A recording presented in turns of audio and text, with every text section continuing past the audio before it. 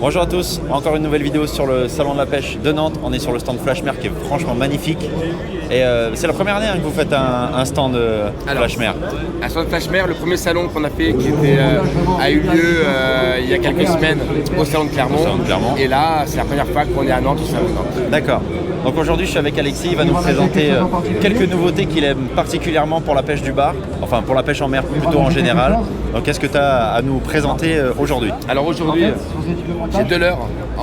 Je suis un fan du leurre de surface. Ah ouais, j'adore aussi. C'est comme au niveau adrénaline. La pêche la plus excitante. Ouais. Je vais t'en présenter un pour des zones très calmes que j'utilise en estuaire ou le soir quand c'est vraiment pétole. Ouais. C'est le prop bed de Yo-Zuri. D'accord. Donc c'est un leurre avec une hélice qui réagit au rayon UV. Ah ouais. Et en fait, la meilleure technique pour l'utiliser, donc l'hélice tourne toute seule à la moindre sollicitation. Ouais. Et même quand tu fais une petite piste, il y a l'hélice qui continue de tourner pendant plusieurs secondes. D'accord. La meilleure animation pour l'utiliser, c'est pas de faire du linéaire, c'est vraiment de l'utiliser comme un popper. Ouais, donc des petites tirées franches. Des petites tirées sèches. Ouais.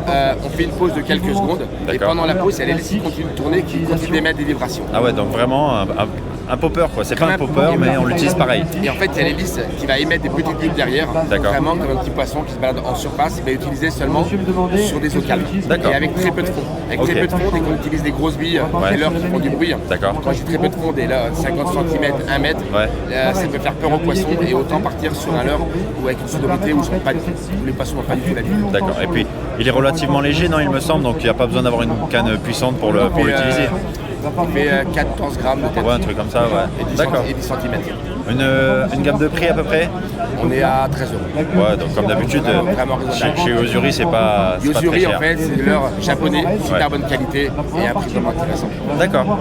Et donc le deuxième leurre que tu affectionnes particulièrement et sur lequel tu as eu de bons résultats, lequel est-ce?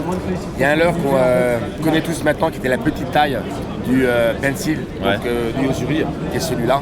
D'accord. Et ils ont enfin sorti la grosse taille. La grosse taille. La grosse taille a pas mal d'avantages.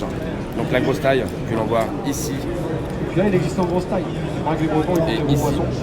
Au niveau des avantages, il a une bouche qui est concave. Cette bouche concave va permettre de popper légèrement et d'envoyer de la bulle et de faire un petit peu de bruit. D'accord. Un petit peu comme un petit bar qui chasse en surface. D'ailleurs, sur cette couleur, on reconnaît le point noir. Ouais, tout à fait, ouais. Et les gros bars qui sont en dessous vont vraiment le prendre pour un concurrent sur sa zone et pour aller le chasser. Ok. L'autre avantage, c'est qu'il a un prisme qui est très lumineux à l'intérieur, qui envoie vraiment des gros flashs. qui envoie vraiment des éclats lumineux et qui ça se voit très loin. Okay. Et l'autre avantage, c'est vraiment son son. Ouais. Au niveau du son, pour donner une idée, on va faire le son du Super Spook que tout le monde connaît. Là, on présente bien. C'est déjà bien grave. Tout le monde a un Super Spook dans sa boîte. C'est vrai. Donc là, c'est le son du Super Spook. Et là, c'est le son du pencil. Ah ouais, ça claque beaucoup plus. Il fait beaucoup plus de bruit, il est beaucoup plus grave. Donc techniquement, il doit attirer plus, enfin, susciter plus d'intérêt. On fait monter les poissons jusqu'à des profondeurs de 10 mètres. Ah ouais, d'accord. Okay. Et je vois qu'il y a 3 hameçons. Est-ce qu'on enlève celui du milieu? Justement, non. D'accord.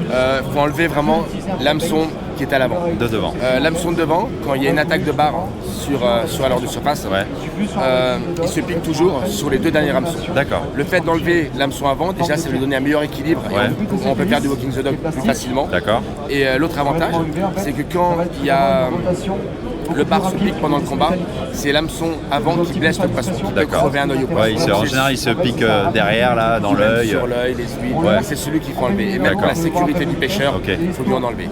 Ensuite, on peut même enlever le trip arrière pour le remplacer par un hameçon simple. Carrément. Le trip du milieu, je préfère le garder, sinon ça engendre trop de ratés. Ok, d'accord. Bah écoute, avec tout ça, il y a de quoi faire. Bah oui, bah Il y a de quoi faire. c'est mes chouchous, j'ai fait des gros cartons l'année dernière, des doublés hallucinants de poissons de plus de 80, voilà. Ok. Et du coup, en ordre de prix, c'est 15-18 € à peu près? On est à 15,50 € sur les gros et les petites tailles étaient à 13 €. Ouais, donc un stick bait, c'est abordable. C'est du yozuri quoi. Du yozuri, pas cher et une qualité vraiment au top et c'est du leurre japonais. Ok, bon bah voilà. Vous avez de quoi faire votre record bar en surface. Merci beaucoup Alexis Avec de nous plaisir, avoir Gaëtan. présenté ces jolis leurres. Et puis on se retrouve sur un autre stand pour une nouvelle vidéo. Salut!